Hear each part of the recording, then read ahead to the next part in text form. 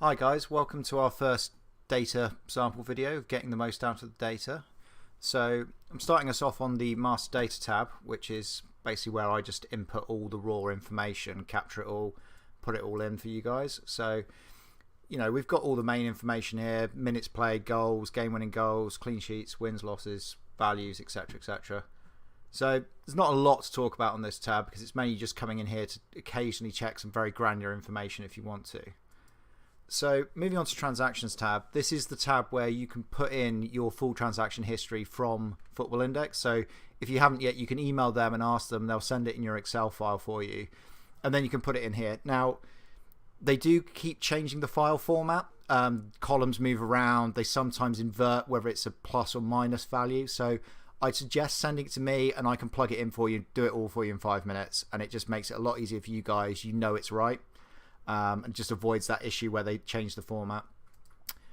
So once you've done that, you can then do the Your Portfolio tab, and this is just take all your current players or all your players you've ever had and give them a category. So I have these categories of star player, dividends, PB, etc. Dividends isn't a player type, it's just how much I've made in dividends. So star player I generally refer to as somebody that wins both MB and PB regularly. So there's basically four of them: Neymar, Salah, Messi and Ronaldo, essentially.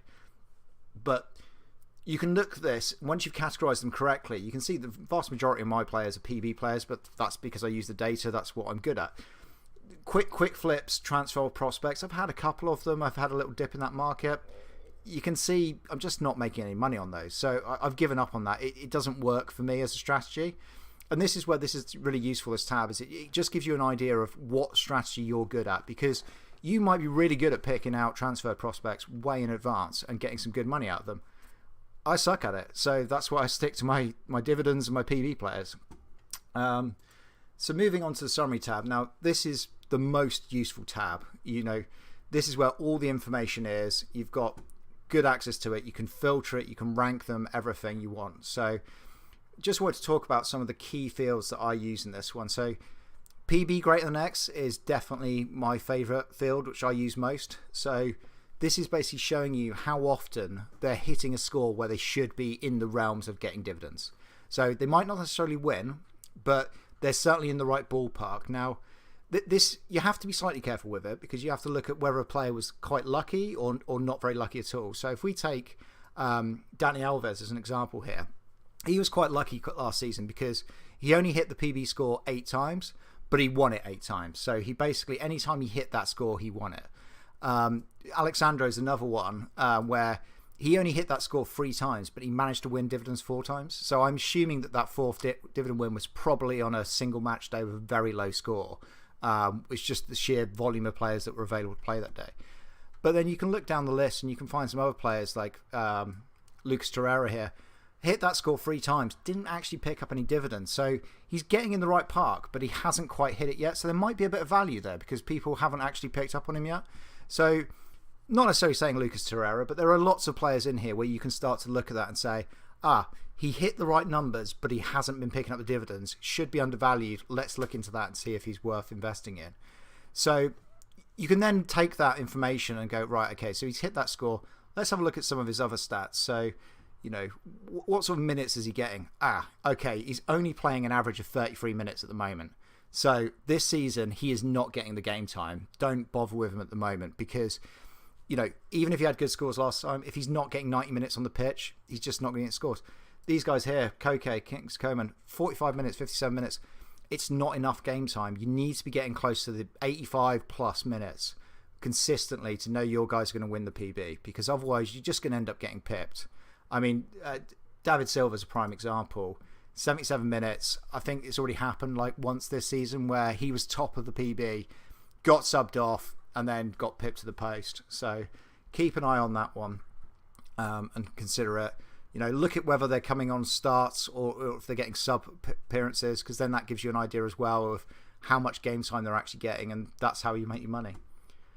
So moving into player detail tab, when you've got a problem, say Man City defenders, for example, we know Man City defenders are odds on probably going to win the PB most days they play, certainly when they're playing the likes of a Cardiff or a Huddersfield. Problem is, which one do you go for? Now, you can see there's quite a bit of variance in price at the moment between them all, and they've got different beneficial metrics. Now, Mendy's had a good start to the season, so he's got the highest average, max and stuff, and he's the one that's been coming the closest. So, you know, you've got to look at these different players, use this metric to try and work out who the best players are, and then you can have a look in the graph and see, right, actually, I think that based off of this, I'm going to go with Mendy, or I'm going to go with Kyle Walker. Now, I wouldn't go with Kyle Walker here because obviously he's the worst one, but it just gives you an idea of comparing all those players and getting a nice clear view. So next, going into Team Info tab. Now, this can be quite useful with the new feature to look at what games you guys have got coming up. So again, let's take Man City as an example because they've got, you know, last season they clearly piled on the PB win. So we're fairly sure that they're probably going to be doing the same again this season. So let's have a look at their upcoming fixtures. Newcastle today, Fulham, Cardiff, Brighton. Wow. Okay, that's going to be some serious points on the board there because those are not hard opposition teams, and Man City should definitely be getting the points up. Liverpool, it's going to be a tougher game, but it should be fairly open. Both teams like to attack, so it could be interesting. So maybe have a look at some Man City players, knowing that you've got these next 4 fixtures, if you want to play in a sort of a mid-range team.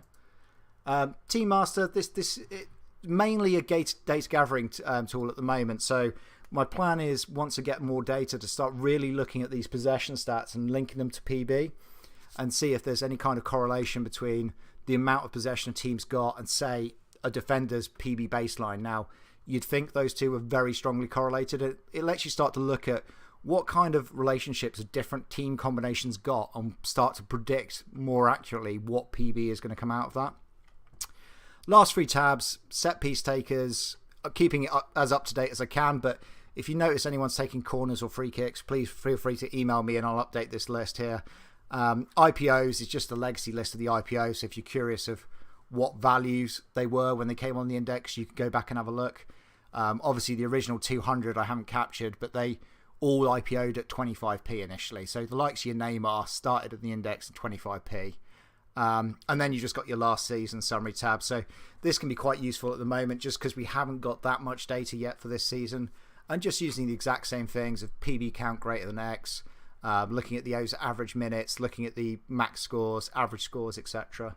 So getting all that full rounded view. So that's the sort of quick drive-by through the spreadsheet today. So hopefully that's taught you a couple of things. But if you've got any feedback on this video of what you'd like to go into more or how I use it in more detail, please let me know and we can work on that for the next video. So thank you very much.